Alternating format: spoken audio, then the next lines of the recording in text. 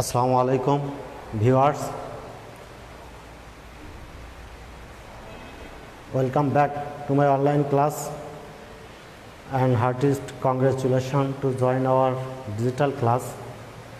It is a matter of great sorrow that the coronavirus has stopped our natural studies. We have to do nothing.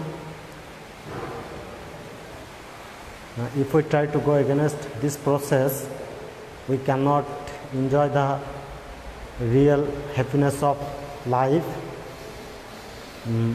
This is our irreparable loss. Our educational institution was our happy abode. One day, but one day we used to come here hearing the sweet voice of the different students, but today we are all surrendered to coronavirus. However, we are sanguine of our improvement and wish for previous day. Now I am going to discuss about the second episode of voice sense.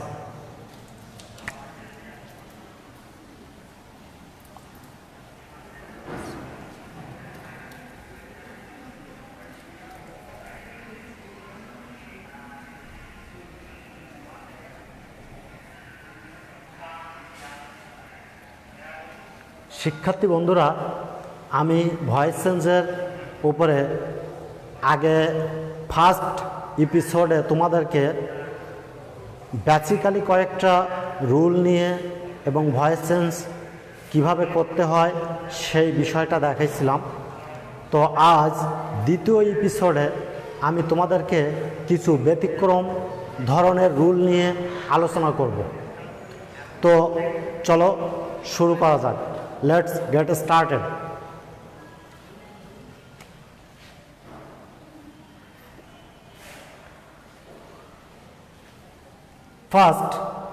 আমি first এপিসোডে তোমাদের বলছিলাম যে active ভয়েসের subject যখন passive ভয়েসের object হিসেবে বসবে তার আগে প্রিপোজিশন বাই বসবে। কিন্তু তোমাদের ওখানে আমি একটা কথা বলে রেখেছিলাম যে বাই বসবে, তার মানে কিন্তু এমন না যে সব সময় বাই বসবে, ব্যতিক্রম কিছু প্রিপোজিশনও বসতে পারে। By is not always used before the object of the passive voice. Sometime with, at, to, on may also be used. তো আমরা দেখি যে বাই প্রিপোজিশন বাদে অন্য প্রিপোজিশনগুলো কিভাবে ব্যবহার হয়। তো একটা উদাহরণের মাধ্যমে দেখালে জিনিসটা আরও ক্লিয়ার হবে। দেখো,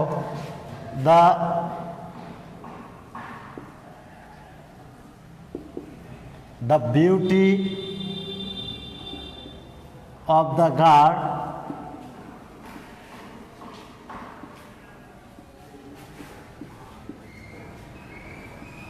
marveled him.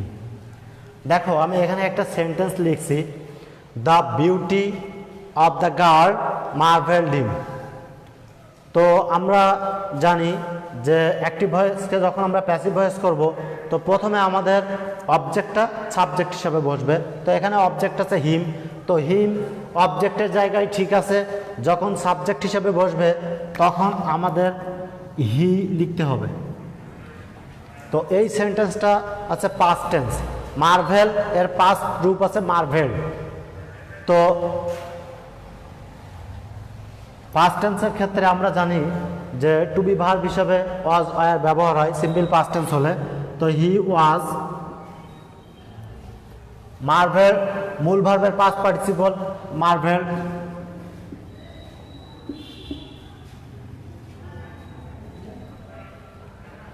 তো এই পর্যন্ত দেখো অ্যাক্টিভ ভয়েসের অবজেক্ট প্যাসিভ ভয়েসের সাবজেক্ট হিসেবে বসালাম। দ্বিতীয় নম্বর রুলে আমাদের বলা আছে যে টেন্স অনুযায়ী অক্সিলারি ভার্ব বসবে, auxiliary verb is used according to the tense and subject. তো এখানে টেন্স অনুযায়ী আমরা অক্সিলারি ভার্ব বসাচ্ছি ওয়াজ। এরপরে মূল ভার্ব সবসময় পাস্ট পার্টিসিপল হবে মার্ভেল। এখন আমরা আগের নিয়মে শিখছিলাম যে প্রিপোজিশন বাই বসে, তো এইখানে আচ্ছা আজকের মূল আলোচনা। তো প্রিপোজিশন বাই এইখানে বসবে না, এখানে তোমাকে মনে রাখতে হবে মার্ভেল এর সাথে প্রিপোজিশন সেট হয় না, অ্যাপ্রোপ্রিয়েট প্রিপোজিশন হচ্ছে অ্যাট। অ্যাট এরপরে object the beauty of the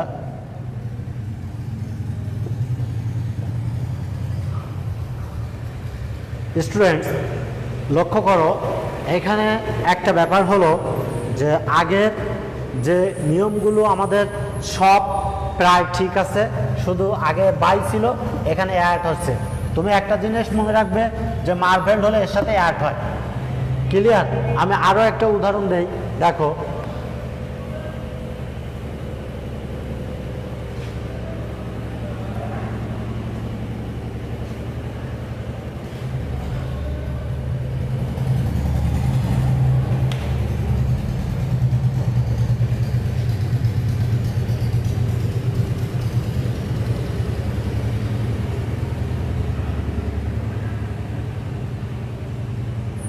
his performance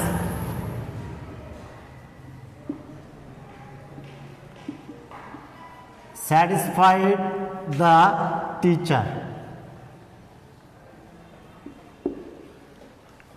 students এখানে দেখো his performance satisfied the teacher। তো এখানে আমরা জানি অবজেক্ট আছে দ্য টিচার, এটা হচ্ছে অবজেক্ট। তো আমরা অবজেক্টটা প্রথমে লিখি দ্য টিচার। তো এটা এখানে একটা পাস্ট টেন্স আছে স্যাটিসফাইড, স্যাটিসফাই, স্যাটিসফাইড, এটা পাস্ট টেন্স আছে। তো দ্য টিচার ওয়াজ স্যাটিসফাইড, এর past participle satisfied. The teacher was satisfied. এবার আমাদের প্রিপোজিশন বাই বসানোর পালা। তো আমরা বলছি এখানে বাইয়ের পরিবর্তে যে প্রিপোজিশন নিয়ে আমরা কথা বলবো, তো আমরা জানি এখানে স্যাটিসফাইড আছে, স্যাটিসফাইডের সাথে উইথ বসবে। স্যাটিসফাইড উইথ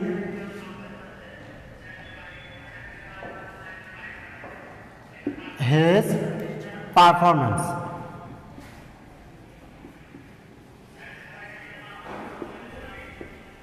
স্টুডেন্টস লক্ষ্য করো তাহলে his performance satisfied the teacher, তাহলে the teacher was satisfied with his performance. Okay, তো আশা করি তোমরা এটা বুঝতে পারছো। তো তোমাদের আমি নেক্সট আরেকটা গুরুত্বপূর্ণ রুল নিয়ে আলোচনা করব। দেখো sometime there are some verbs with double object in active voice. Active ভয়েসের কিছু কিছু ক্ষেত্রে দেখবা যে কিছু কিছু ভার্বের দুইটা করে অবজেক্ট থাকে, সেই ক্ষেত্রে তুমি কি করবে। তো এটা নিয়ে এখন আমি তোমাদের সাথে কথা বলবো। দেখো আমি একটা উদাহরণ লিখি আগে। She gave me a follower. She gave me a follower. তো এইখানে দেখো স্টুডেন্টস, এখানে মি হচ্ছে একটা অবজেক্ট আর এ ফলোয়ার হচ্ছে একটা অবজেক্ট, দুইটা অবজেক্ট আছে। তো দুইটা অবজেক্ট যখন থাকবে তখন তোমাকে প্যাসিভ করতে হলে একটা অবজেক্ট নিয়ে কাজ করতে হবে, বাকি যে অবজেক্টটা আছে ওই অবজেক্টটা তার নিজের জায়গায় অপরিবর্তিত অবস্থায় থেকে যাবে। এটাকে বলা হয় রিটেইনড অবজেক্ট। তো দেখো আমি এটা করে দেখাই তোমাদের। তো আমরা মিটাকে প্রথমে সাবজেক্ট করি। তো মি যখন সাবজেক্ট হয় তখন হয় আই। তো এটা পাস্ট টেন্স আছে, তাহলে I was auxiliary verb was, give এর পাস্ট পার্টিসিপল গিভেন, তাহলে I was given. Second object হচ্ছে, এটা হচ্ছে ফার্স্ট অবজেক্ট, এটা হচ্ছে সেকেন্ড অবজেক্ট।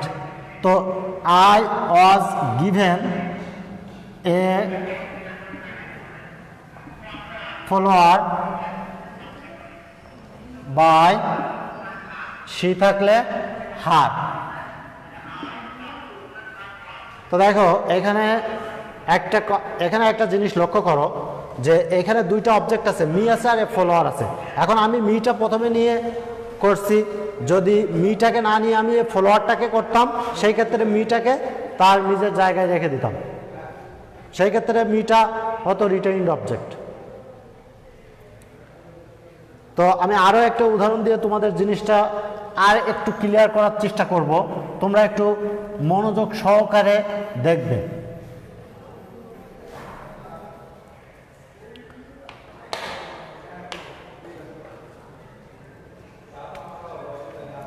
দেখো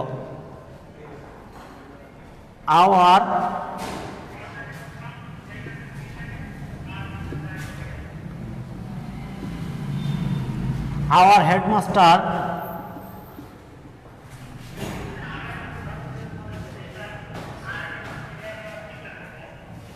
teaches us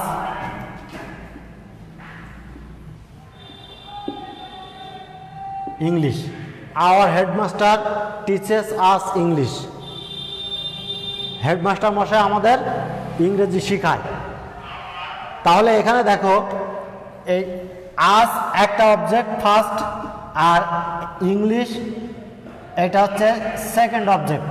তো এখানেও দুইটা অবজেক্ট আছে। তো আগে আমরা ফার্স্ট অবজেক্টটা নিয়ে কাজ করছিলাম, তো এবার আমরা দ্বিতীয় অবজেক্টটা নিয়ে কাজ করব। দেখো তো ইংলিশটাকে আমরা প্রথমে নিয়ে আসি। ইংলিশ এটা সিম্পল প্রেজেন্ট টেন্স। তো সেই ক্ষেত্রে আমরা জানি am, is, are auxiliary verb হিসেবে ব্যবহার হয়। তো ইংলিশ ইজ, টিচ এর পাস্ট পার্টিসিপল টট, তাহলে English is taught us. First retained object যেটা, সেটা রিটেইনড অবজেক্ট। রিটেইন শব্দের অর্থ হচ্ছে বজায় রাখা, অপরিবর্তিত অবস্থায় থাকা, যেভাবে আছে ওভাবেই রাখা। তাহলে এটা যেভাবে আছে আমরা সেভাবে রেখে দেব। তাহলে আস, তাহলে English is taught us by hour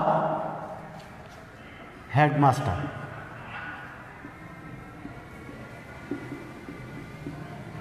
আশা করি তোমরা বুঝতে পারছো student.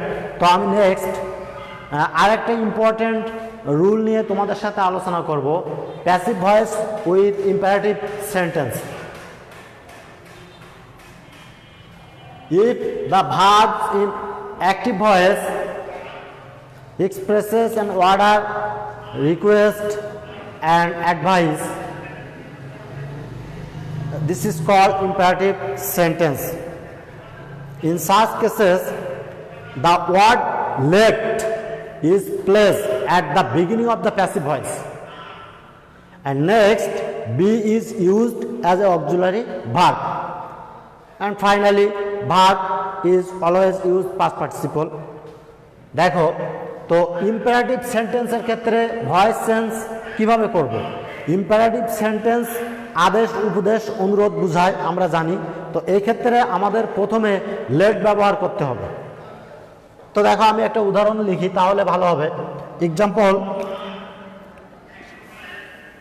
Do the work. Do the work, কাজটা করো। এখানে একটা আদেশ করা হচ্ছে। তো আমরা বুঝতে পারছি যে এটা একটা ইম্পারেটিভ সেন্টেন্স। তো আমরা যখন ইম্পারেটিভ সেন্টেন্সের ভয়েস চেঞ্জ করবো, প্রথমে লিখব লেট, তারপরে হচ্ছে অবজেক্ট, তো দ্য ওয়ার্ক,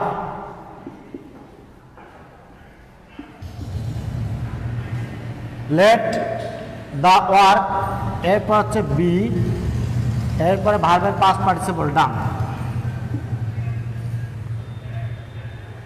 স্টুডেন্ট দেখো ডু দ্য ওয়ার্ক, কাজটা করো।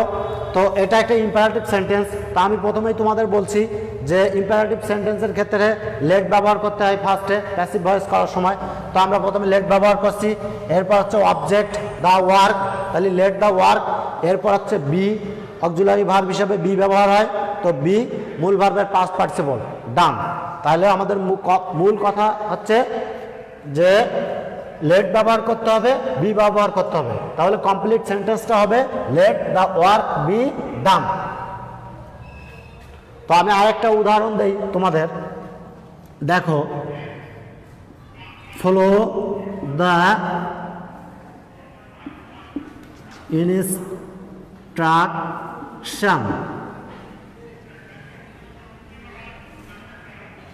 Follow the instruction. তো দেখো এখানে আমরা প্রথমে লেট ব্যবহার করি, আমরা জানি ইম্পারেটিভ সেন্টেন্স মানে লেট, তো লেট ব্যবহার করলাম, তারপর অবজেক্ট আছে the instruction, let the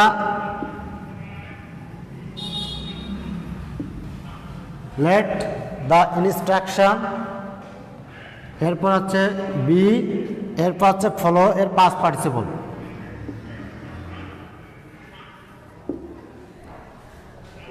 students, আমি আশা করছি তোমরা এই জিনিসটা খুব সুন্দরভাবে বুঝতে পারছো। তো আমি পরবর্তীতে আরেকটা গুরুত্বপূর্ণ রুল নিয়ে তোমাদের সাথে আলোচনা করব। দেখো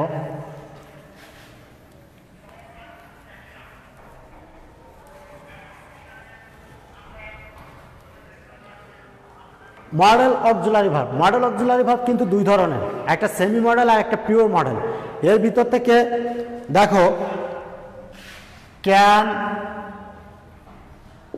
could, shall, should,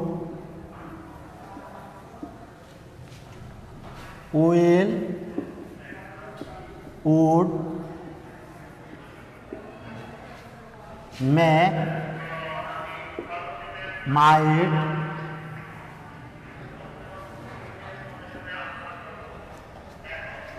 must,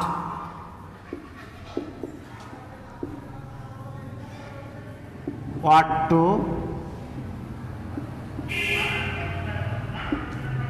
going to। হ্যাঁ, এই মডেল অক্সিলারি ভার্ব যদি থাকে অ্যাক্টিভ ভয়েসে, তাহলে প্যাসিভ করার সময় এই ভার্বের সাথে একটা এক্সট্রা বি যোগ করতে হবে, তারপরে মূল ভার্বের পাস্ট পার্টিসিপল লিখতে হবে। আর বাড়তি কোনো কাজ নেই, আগের নিয়ম সব ঠিক থাকবে। ক্লিয়ার? তো আমি একটা উদাহরণ দিই, দেখো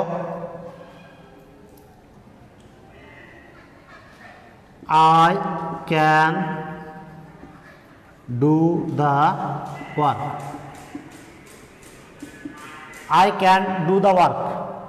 তো আমরা জানি প্রথমে অবজেক্ট, তাহলে দ্য ওয়ার্ক,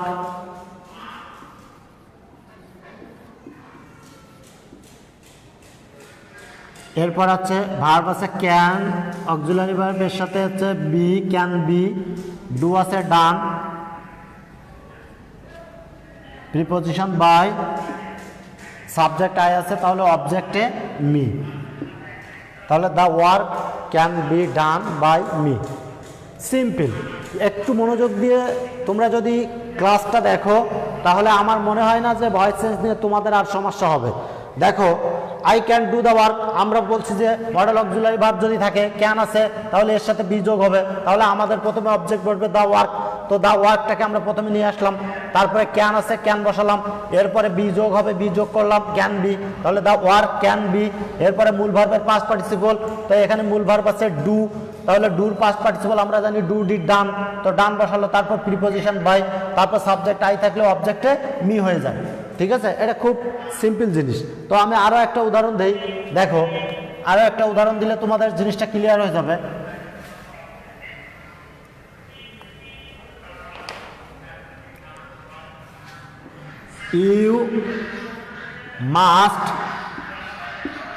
you must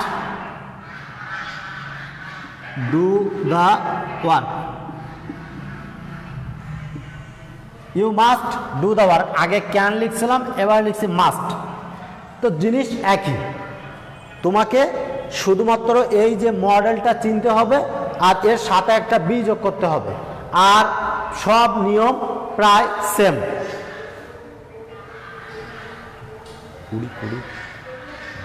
আর সব নিয়মগুলো প্রায় সেম। তো আমি তোমাদের কয়েকটা বাড়ির কাজ দেই এক্সারসাইজের জন্য। দেখো,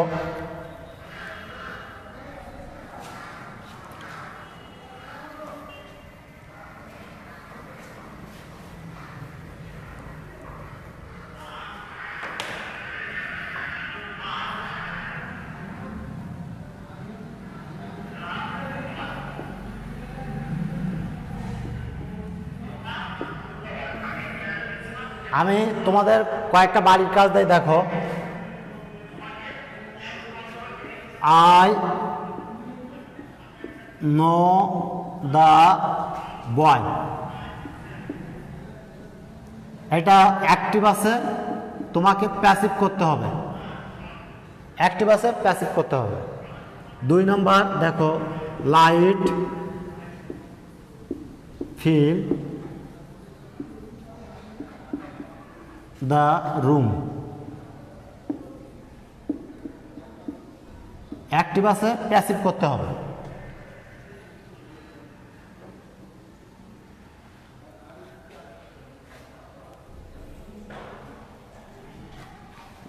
3 নম্বর দেখো,